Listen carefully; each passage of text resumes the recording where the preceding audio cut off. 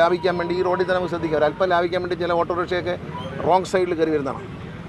Ganesh sir ഒരു കാര്യം മനസ്സിലാക്കണം. ഈ ഊബറും ബാക്കിയുള്ള കസ്റ്റമറിൻ്റെ ഓട്ടോ ഒക്കെ എടുത്ത് ഒരു ഓട്ടോക്കാരൻ NH കയറി കഴിഞ്ഞാൽ ചിലപ്പം അറിയാതെ മാറി സർവീസ് റോഡിൽ കയറുന്നതിന് വരെ NH അഥവാ കയറിപ്പോയി ഗൂഗിൾ മാപ്പൊക്കെ നോക്കി പോകുമ്പോൾ ചിലപ്പോൾ NH കയറി സർവീസ് റോഡിലോട്ട് കയറാൻ പറ്റിയില്ല. NH കയറിയെങ്കിൽ തിരിച്ച് സർവീസ് റോഡിലോട്ട് എത്തണമെങ്കിൽ പുള്ളി ഒരു 3-3.5 കിലോമീറ്റർ പോകണം. എന്നിട്ടേ പുള്ളിക്ക് സർവീസ് റോഡിലോട്ട് കയറാനുള്ള എൻട്രൻസ് ഉള്ളൂ.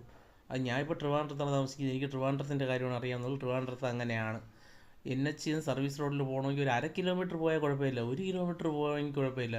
ഇത് 2.5-3 കിലോമീറ്റർ കഴിഞ്ഞിട്ടേ പിന്നെ സർവീസ് റോഡിലോട്ടുള്ള എൻട്രൻസ് ഉള്ളൂ. അപ്പോൾ പിന്നെ ഒരു ഓട്ടോക്കാരെ എങ്ങനെയാണ് അവനത് ഓടി തിരിച്ച് പിന്നെ അവിടെ നിന്ന് U-turn എടുത്ത് സർവീസ് റോഡ് വഴി തിരിച്ച് വരണം? അതൊക്കെ ഒരു പ്രായോഗികമായിട്ടുള്ള കാര്യമല്ല. അങ്ങനെയാണ് സർവീസ് റോഡിൽ കയറാത്ത വണ്ടികൾ NH കയറി കഴിഞ്ഞ് പിന്നെ റോങ് സൈഡ് എടുത്ത് കുറച്ചൊരു 100 മീറ്റർ ആയിരിക്കും ചിലപ്പോൾ റോങ് സൈഡ് എടുത്ത് വരുന്നത്.